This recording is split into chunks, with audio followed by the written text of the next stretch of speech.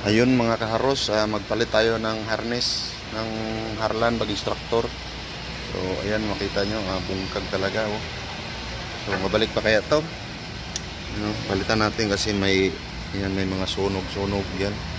Pumusok to nung paanda rin namin bagong overhaul yung makina. So ayan yung ipapalit natin. So ayan, may mga mabalik pa kaya natin yan. Balik kayo eh. Ayan oh. May mga gauge niya. Tinanggal ko na din. Ayan. Tapos ayan, ito yung makina, kubuta. Ayan, tinanggal lahat. Ayan. Ito sa kabila. Ayan. So mabalik natin yan kasi may susundan tayong manual. Ayan. Pasensya na kayo sa manual ko, pang ano na to, vintage na to. Ayan. So ayan, umpisahan na natin para matapos na to. Terus grabing mabalik pa kaya to. Yan si Kaharos Gigi. Jay, mag-hi ka Jay. Mabalik pa kaya yan Jay? Mabalik yan. Oh, bungkag talaga oh. Awan oy. Oo, may nasunod yan. No, ayun oh. Ito yung ano niya.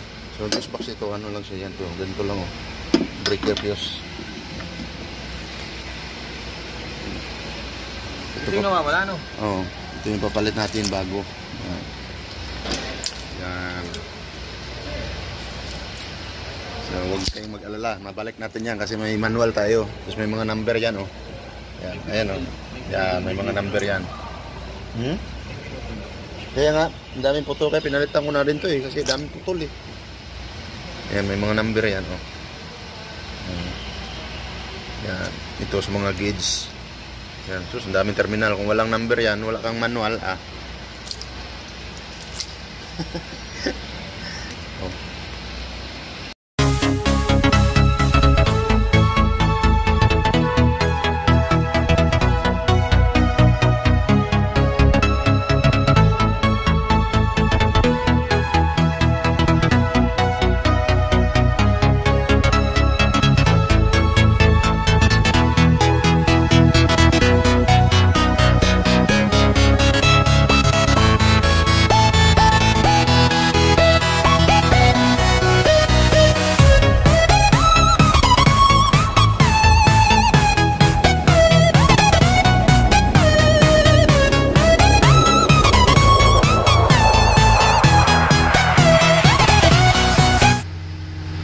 Ayan mga kaharos, nakabit na natin yung bagong harness.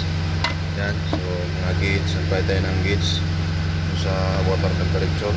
Sinabali yung bolt pagluwag kanina.